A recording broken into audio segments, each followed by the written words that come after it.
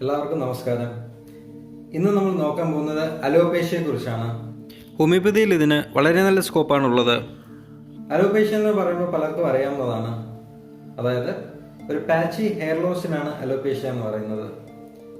ഏതെങ്കിലും ശരീരത്തിന്റെ ഒരു ഭാഗത്ത് ഒരു പെർട്ടിക്കുലർ സ്ഥലത്ത് മാത്രം ഒതുങ്ങി നിൽക്കുന്ന ഒരു ഹെയർ ലോസ് ആണ് അലോപേഷ്യ. എസ്പെഷ്യലി നമ്മൾ ഉദ്ദേശിക്കുന്ന അലോപേഷ്യ ഏറിയറ്റ. അലോപേഷ്യയുടെ പല തരം വിഭാഗങ്ങളുണ്ട്. അലോപേഷ്യ ഏറിയറ്റ, അലോപേഷ്യ ടോട്ടാലിസ്, യൂണിവേഴ്സാലിസ്, ഡിഫ്യൂസ എന്നൊക്കെ പറഞ്ഞ് പല ടൈപ്പുകളുണ്ട്. നമ്മൾ ആ ടൈപ്പുകളെ കുറിച്ച് നമ്മൾ ഡിസ്കസ് ചെയ്ത് പോകേണ്ട കാര്യമില്ല. കാരണം ഏറ്റവും കോമൺ ആയിട്ടുള്ളത് അലോപേഷ്യ ഏറിയറ്റയാണ്. ഇത് ബാക്കിയുള്ളതിൽ നിന്ന് ഡിഫറെന്റ് ആകുന്നത് ഇതിനകത്തൊരു പാച്ചി സർക്കുലർ ഹെയർ ലോസ് ആണ് സാധാരണയായിട്ട് കാണപ്പെടുന്നത്. നമ്മൾ ഇത് വേറെ ഡിസീസുമായിട്ട് ഡിഫറൻഷിയേറ്റ് ചെയ്യേണ്ട കാര്യമുണ്ട്. അതായത് വല്ല ഫംഗൽ ഇൻഫെക്ഷൻ ആണോ, അല്ല എന്തെങ്കിലും സ്കാൽപ്പിൽ ഉണ്ടാകുന്ന ഫംഗൽസ് അല്ലാത്ത വേറെ എന്തെങ്കിലും ഇൻഫെക്ഷൻ കൊണ്ടുവരുന്നതാണോ, ഇൻഫ്ലമേഷൻ കൊണ്ടുവരുന്നതാണോ, വേറെ എന്തെങ്കിലും സിസ്റ്റമിക് ആയിട്ടുള്ള ഡിസീസായിട്ട് എന്തെങ്കിലും ബന്ധമുണ്ടോ എന്നുള്ള ഒരു കൺസൾട്ടേഷനിൽ കൂടെ നമ്മൾ ക്ലാരിഫൈ ചെയ്യേണ്ട ഒരു കാര്യമാണ്. ഇനി എന്തുകൊണ്ടാണ് അലോപേഷ്യ വരുന്നതെന്ന് നമുക്കൊന്ന് നോക്കാം. അലോപേഷ്യ ഒരു ഓട്ടോഇമ്യൂൺ ഡിസീസാണ്. ഓട്ടോഇമ്യൂൺ ഡിസീസ് എന്ന് പറയുമ്പോൾ ശരീരത്തിന്റെ തന്നെ സെല്ലുകൾ ശരീരത്തിനെ അറ്റാക്ക് ചെയ്യുന്നതാണ്. ശരീരത്തിന്റെ തന്നെ പ്രതിരോധ ശേഷി നിലനിർത്തുന്ന സെല്ലുകൾ, ആ സെല്ലുകൾ ശരീരത്തിന്റെ സെല്ലുകളെ തന്നെ അത് വെളിയിലത്തെ സെല്ലാണ് എന്ന് കരുതി തെറ്റിദ്ധരിച്ച് അറ്റാക്ക് ചെയ്യുന്നതാണ് ഒരു ഓട്ടോഇമ്യൂൺ ഡിസീസ് എന്ന് പറയുന്നത്. അങ്ങനെ ഒരു സാഹചര്യം നമ്മുടെ ഹെയർ ഫോളിക്കിൾസിൽ ഇവിടെയോ അല്ലെങ്കിൽ താടിയിലോ അത് വേറെ ഏത് ഭാഗത്ത് വേണമെങ്കിലും ആകാം. അങ്ങനെ അറ്റാക്ക് ചെയ്യുമ്പോൾ, ഒരു ഗ്രൂപ്പ് ഓഫ് ഫോളിക്കിൾസിനെ അറ്റാക്ക് ചെയ്ത് അത് ഡിസ്ട്രോയ് ചെയ്യുമ്പോൾ അത് അവിടെ ഹെയർ ഫോൾ ഉണ്ടാകാൻ കാരണം ഉണ്ടാകുന്നു. അത് ഹെയർ ലോസ് ഉണ്ടാകുന്നു. ഒരു പെർട്ടിക്കുലർ ഷേപ്പിൽ അവിടെ ഹെയർ പോകുന്നു. അങ്ങനെ പോകുമ്പോൾ അത് ഒരു ഓട്ടോഇമ്യൂൺ ഡിസീസ് ആണ് എന്ന് നമുക്ക് പറയാം. ഇങ്ങനെയുള്ള ആൾക്കാരിൽ നമ്മൾ ചില ടെസ്റ്റുകൾ ചെയ്താൽ ഓട്ടോഇമ്യൂൺ ആയിട്ടുള്ള സെല്ലുകൾ അവിടെ ആക്റ്റീവ് ആണ് എന്നുള്ളത് നമുക്ക് കാണാൻ പറ്റും. ഇനി ഇതിന്റെ കാരണങ്ങൾ എന്താണ് എന്ന് നമുക്ക് പരിശോധിച്ച് നോക്കാം. ഇതിന് മെയിനായിട്ട് പറയുന്ന കാരണം ജനറ്റിക് ഫാക്ടറാണ്. അതായത് ഫാമിലി ഹിസ്റ്ററിയിൽ ആർക്കെങ്കിലും ഇതുപോലെ ഉണ്ട് എന്നുണ്ടെങ്കിൽ അത് വരുന്ന തലമുറയ്ക്കും പാസ് ഓൺ ചെയ്യാനുള്ള ചാൻസ് വളരെ കൂടുതലാണ്. അതുപോലെ തന്നെ പറയാവുന്നതാണ് എൻവയോൺമെന്റൽ ഫാക്ടർ. അതായത് ഇദ്ദേഹത്തിന്റെ ശരീരത്തിൽ തന്നെ അതിന്റെ ഒരു ടെൻഡൻസി ഉണ്ടെന്നുണ്ടെങ്കിൽ അത് എന്തെങ്കിലും ഒരു ഫാക്ടർ കൊണ്ട് ട്രിഗർ ആയി കഴിഞ്ഞാൽ അത് അലോപേഷ്യയിലേക്ക് റിസൾട്ട് ചെയ്യാനുള്ള ചാൻസുകൾ വളരെ അധികമാണ്. പഠനങ്ങൾ കാണിക്കുന്ന വേറൊരു കാര്യം, ഈ അലോപേഷ്യ എന്ന് പറയുന്നത് സ്ട്രെസ് കൂടുതലായിട്ട് അനുഭവിക്കുന്ന ആളുകളിൽ അലോപേഷ്യ സാധാരണ നോർമൽ ഒരു റേഞ്ചിനെക്കാട്ടിൽ കൂടുതലായിട്ട് കണ്ടുവന്നിട്ടുണ്ട്. ഇനി നമുക്ക് ഇതിന്റെ സിംറ്റംസിലോട്ട് കിടക്കാം. അലോപേഷ്യ എന്ന് പറയുമ്പോൾ അതിന്റെ സിംറ്റംസ് മെയിനായിട്ട് ഹെയർ ലോസ് തന്നെയാണ്. നമ്മൾ അതല്ലാതെ വേറെ ഇതിനകത്ത് പെർട്ടിക്കുലർ ആയിട്ട് നമുക്കൊരു സിംറ്റം ആയിട്ട് എടുത്തു പറയാനായിട്ട് നമുക്ക് വേറെ ഒന്നുമില്ല. ഇനി നമുക്ക് നോക്കാം ഇതിന്റെ മാനേജ്മെന്റ് എങ്ങനെയാണെന്നുള്ളത്. കൺവെൻഷനലി അല്ലെങ്കിൽ അലോപ്പതിയിൽ സാധാരണഗതിയിൽ ഇതിന്റെ മാനേജ്മെന്റ് ആയിട്ട് വരുന്നത് ലോക്കൽ ആപ്ലിക്കേഷൻ ഓഫ് സ്റ്റിറോയിഡ് ആണ്. സ്റ്റിറോയിഡ് മരുന്നുകൾ ഒന്നെങ്കിൽ ലോക്കൽ അപ്ലൈ ചെയ്യാനായിട്ട് കൊടുക്കുക അല്ലെങ്കിൽ ഓറലായിട്ട് കഴിക്കാൻ കൊടുക്കുകയാണ് സാധാരണ ചെയ്യുന്നത്. പക്ഷെ ഇത് ശാശ്വതമായിട്ടുള്ളൊരു പരിഹാരമാണോ എന്ന് ചോദിച്ചാൽ അല്ല. അതിനകത്ത് വേറെ കുറച്ച് മാനേജ്മെന്റിന്റെ കാര്യങ്ങളും ഇതിന്റെ കൂട്ടത്തിൽ തന്നെ വരുന്നതാണ്. അതായത് മൈക്രോബ്ലേറ്റിംഗ് എന്ന് പറയുന്ന കുറച്ച് പ്രൊസീജിയേഴ്സ് ഉണ്ട്. അതുപോലെ വേറെ ഒന്നുകൊണ്ട് പ്രൊസീജിയേഴ്സും ഉണ്ട്.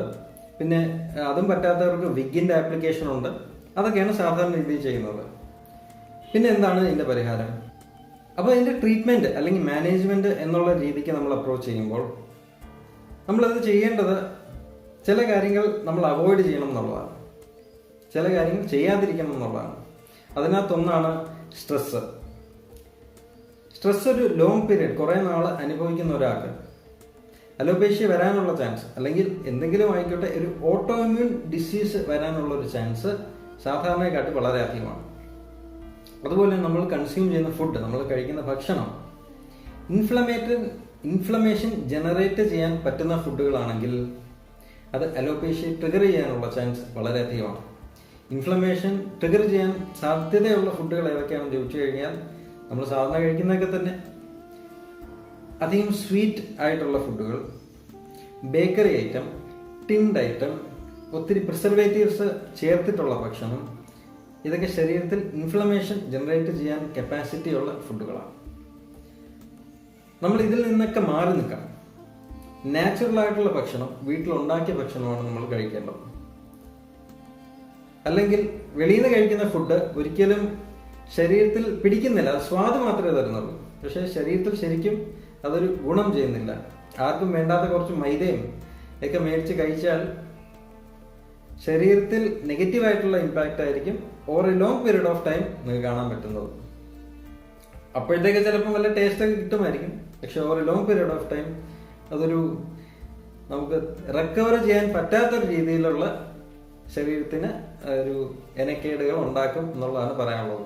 അതാണ് ഇപ്പോഴുണ്ടാകുന്ന എക്സ് സിൻഡ്രോമും മെറ്റബോളിക് ഡിസോർഡേഴ്സും ഡയബറ്റീസും കൊളസ്ട്രോളും ഷുഗറും ഒക്കെ. കേരളം എന്നൊക്കെ പറയുന്നത് ക്യാപിറ്റലാണ് ഇതിൻ്റെയൊക്കെ. അപ്പോൾ നിങ്ങൾ ഇതിൽ നിന്നൊക്കെ മാറി നിൽക്കും എന്ന് ഞാൻ പ്രതീക്ഷിക്കുന്നു. പിന്നെ വളരെ ഇമ്പോർട്ടൻ്റ് ആയിട്ട് പറയാനുള്ള വേറൊരു കാര്യം, smoking and alcohol consumption. Smoking and alcohol കൺസംഷനിലൂടെ, അതും ഈ പറയുന്ന പോലെ ഒരു എസ്കേപ്പിസമാണ്, റിയാലിറ്റിയിൽ നിന്നുള്ളൊരു എസ്കേപ്പിസമാണ്. അത് ചെയ്യുമ്പോൾ ശരീരത്തിന് ഒരു അസിഡിക് ടെൻഡൻസി ഉണ്ടാകും. അതുവഴി ഇൻഫ്ലമേഷൻ ജനറേറ്റ് ചെയ്യാനും ഓട്ടോ ഇമ്മ്യൂൺ സ്റ്റിമുലസ് ഉണ്ടാകാനും ഉള്ളൊരു സാധ്യത അവിടെ വളരെ കൂടുതലാണ്. അപ്പൊ ഇനി നമുക്ക് നോക്കാം നമ്മൾ എന്തൊക്കെ ചെയ്യണം എന്നുള്ളത്. എന്തൊക്കെ ചെയ്യേണ്ടത്? സ്ട്രെസ് കുറയ്ക്കാനുള്ള കാര്യങ്ങൾ ചെയ്യുക, യോഗ ചെയ്യുക, ബ്രീത്തിങ് എക്സസൈസ് ചെയ്യുക, സ്ലീപ്പിംഗ് പാറ്റേൺ റെഗുലേറ്റ് ചെയ്യുക, രാത്രി കൃത്യസമയത്ത് കിടക്കാൻ ശ്രമിക്കുക, രാവിലെ എണീക്കുക, ഒരു ചിട്ട വരുത്തുക എന്നുള്ളതാണ് നമുക്ക് ചെയ്യാൻ പറ്റുന്നത്. കഴിക്കുന്ന ഭക്ഷണം വീട്ടിലുണ്ടാക്കിയ ഭക്ഷണം കഴിക്കുക, വെളിയിൽ നിന്ന് ഉണ്ടാക്കിയ ഭക്ഷണം കഴിക്കാതിരിക്കുക, അധികം സ്വീറ്റ്സ് കഴിക്കാതിരിക്കുക, വൈറ്റ് പോയ്സൺസ് അവോയ്ഡ് ചെയ്യാൻ ശ്രമിക്കുക, അവോയ്ഡ് ചെയ്യാൻ ശ്രദ്ധിക്കുക. വേറെ കാര്യം പറയാനുള്ളത്, ഇതിനകത്ത് ലാബ് റിപ്പോർട്ട് നമ്മൾ ചെയ്യുമ്പോൾ കുറച്ച് കാര്യങ്ങൾ നോക്കേണ്ടതായിട്ടുണ്ട്. സാധാരണഗതിയിൽ നോക്കുന്നത് അതിൻ്റെ കാൽഷ്യം നോക്കാറുണ്ട്, അയൺ ലെവൽ നോക്കാറുണ്ട്, haemoglobin, ESR, C reactive protein, CRP, ANA, തൈറോയിഡിന്റെ അളവ്, ഫ്രീ ടെസ്റ്റോസ്റ്ററോൺ, FSH, LH, അതൊക്കെ നോക്കിയിട്ടാണ് ഇതിന്റെ ഒരു ട്രീറ്റ്മെന്റിന്റെ ഭാഗത്തേക്ക് നമ്മൾ കടക്കുന്നത്. ഇനി ഇതിന്റെ വളരെ പ്രധാനമായിട്ടൊരു ഘട്ടത്തിലേക്കാണ് നമ്മൾ കടക്കുന്നത്, അതായത് ഹോമിയോപ്പതിക് മെഡിസിൻ. ഹോമിയോപ്പതിക് മെഡിസിന്റെ കാര്യം പറയുമ്പോൾ ഒരു വളരെ വൈഡ് റേഞ്ച് ആയിട്ടുള്ള മെഡിസിൻസ് ഉണ്ട്. പക്ഷെ ഇതുവരെ ഉള്ള ട്രീറ്റ്മെന്റിൽ വെച്ച്, അല്ലെങ്കിൽ നമ്മൾ സാധാരണയായിട്ട് കാണുന്ന ട്രീറ്റ്മെന്റിൽ വെച്ച് ഏറ്റവും എഫക്റ്റീവും ഫലപ്രദവുമായിട്ടുള്ള ഒരു ട്രീറ്റ്മെന്റ് മെത്തേഡാണ് ഹോമിയോപ്പതി അലോപേഷ്യയ്ക്ക്. ഇതിന് ഏതൊക്കെ മരുന്നാണെന്ന് ചോദിച്ചു കഴിഞ്ഞാൽ, ഹോമിയോപ്പതിയിൽ മരുന്നെടുക്കുന്നത് സാധാരണ വളരെ ഒരു ക്ലാസിക്കൽ അപ്രോച്ചാണ്. ക്ലാസിക്കൽ അപ്രോച്ച് എന്ന് ഉദ്ദേശിക്കുന്നത് ഇതൊരു വളരെ ഓട്ടോഇമ്യൂൺ ഡിസീസ് ആയതുകൊണ്ട് തന്നെ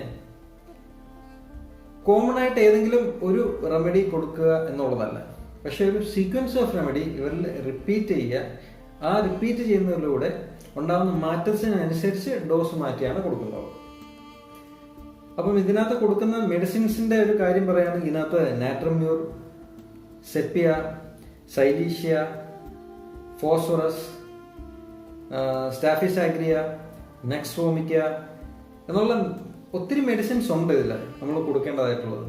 പക്ഷെ ഏത് മെഡിസിൻ എങ്ങനെ എപ്പോഴും ആർക്ക് ഇൻഡിക്കേറ്റ് ആവുന്നു എന്നുള്ളത് ഇതിനകത്ത് വളരെ ഡിഫർ ചെയ്യുന്ന ഒരു കാര്യമാണ്. എങ്ങനെയാണ് അതിനകത്ത് ഈ മെഡിസിൻ സെലക്ഷൻ വരുന്നതെന്ന് ചോദിച്ചു കഴിഞ്ഞാൽ, ഓരോ ഇൻഡിവിജ്വലിനെ ബേസിസ് ചെയ്തിട്ടാണ് ഇതിനകത്ത് സെലക്ഷൻ വരുന്നത്. ഓരോ ഇൻഡിവിജ്വലിനെ ബേസ് സെലക്ട് ചെയ്യുമെന്ന് പറയുന്നത് ആ ആളിന്റെ character, physical nature, attitude, mental stress അനുഭവിക്കുന്നുണ്ടോ, പാസ്റ്റ് ഇൽനസ്, ഇപ്പം കഴിക്കുന്ന മെഡിസിൻ ഓക്കെ അതിന്റെ എന്തെങ്കിലും സൈഡ് എഫക്റ്റ് വല്ലതും വന്നിട്ടുണ്ടോ, അങ്ങനെ പല കാര്യങ്ങളും നോക്കിയിട്ടാണ് ഇതിനകത്ത് മെഡിസിൻ സെലക്ഷൻ വരുന്നത്. അതായത് ഒരു കംപ്ലീറ്റ് ഹോളിസ്റ്റിക് അപ്രോച്ചാണ്.